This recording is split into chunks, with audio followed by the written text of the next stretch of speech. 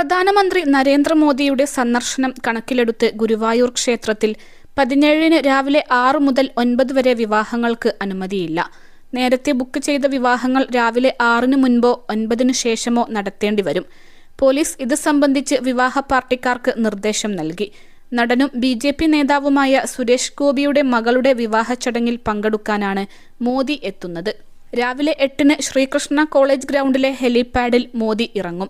Road മാർഗം 8:10-ന് Sreevalsam guest ഹൌസിൽ എത്തും. 8:15-ന് ക്ഷേത്രത്തിൽ ദർശനം നടത്തും. 20 മിനിറ്റ് നേരം ക്ഷേത്രത്തിൽ ചെലവഴിച്ച ശേഷം ക്ഷേത്രനടയിൽ നടക്കുന്ന സുരേഷ് ഗോപിയുടെ മകളുടെ വിവാഹ ചടങ്ങിൽ പങ്കെടുക്കും.